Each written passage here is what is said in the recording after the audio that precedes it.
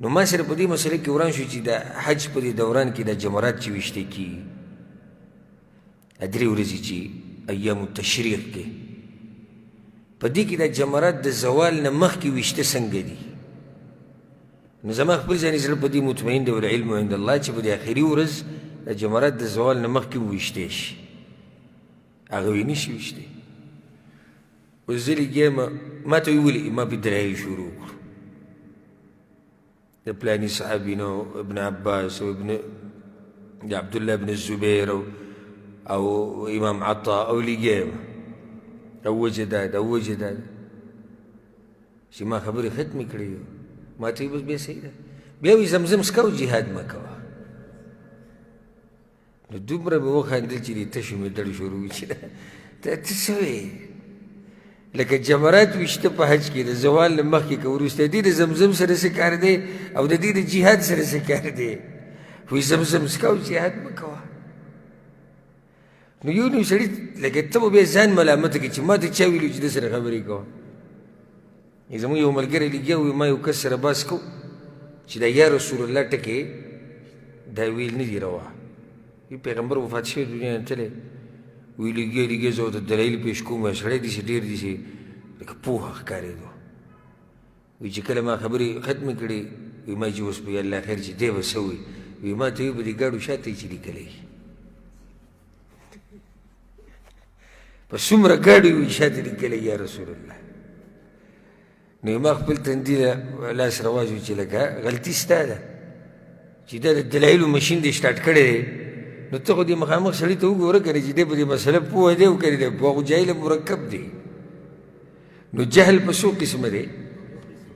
په دوه قسم هغه جهل چې کوم د علم په مقابله کې راځي علم مقابله کې جهل راځي یو جهل بل هم دی هلته ذکر کوم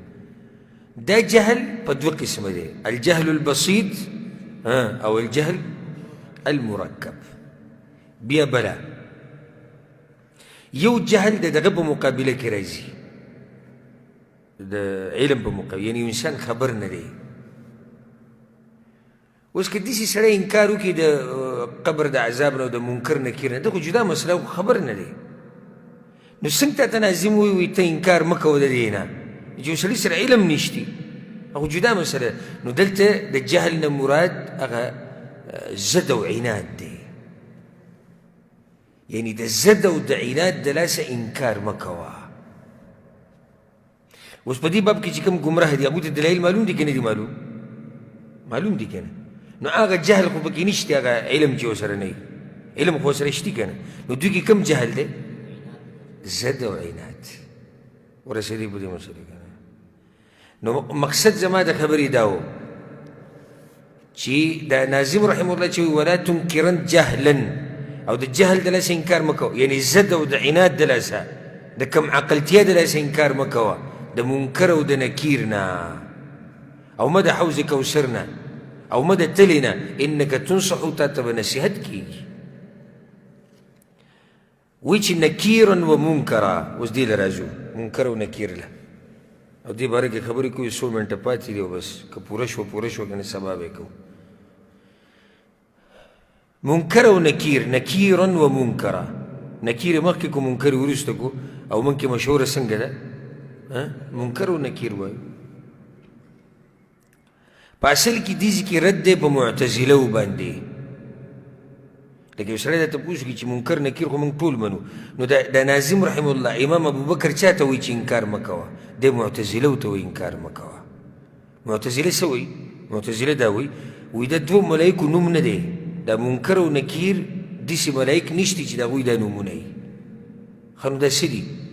وی دا کم حالات چې د بنده او د ملکینو په باره کې راځي قبر کې چې رقم سوالات جوابات کی او دوی د یو بل سره خبرې کوي نو دې حالاتو ته منکر او نکیر وایي دومره لرې تلي دي دا د معتزله قول دی او دا ګډه وډه خبره ده نو ځکه ته چې ولا تنکرا جهلا نکیرا و منکرا دې کې دی په معتزله باندې رد کوي وی دا فایده ده که منکر و نکیر د دې مبارک کې بعض حدیثونه داسې راغلي په صحیحینو کې شتي چې د دوی نوم پکې نه دی ذکر صرف پکې دا دی چې دوه ملکین راځي څو ملایک راځي دوه او د انسان نه تپوس کې خو نوم یې نه دی راغلی بعضو روایتونو کې نوم راغلی دی چې هغه بعضو محدثینو صحیح کړي دي لکه شیخ الباني رحمه الله هغې ته صحیح ویلی امام ترمذي حدیث راوړی دی ګوره پیغمبر صلی الله علیه وسلم وایي چې کله د انسان قبر کې کېښودی شي اتاه ملکان څو ملایک راشي دوه اسودان تکتور ازرقان ودي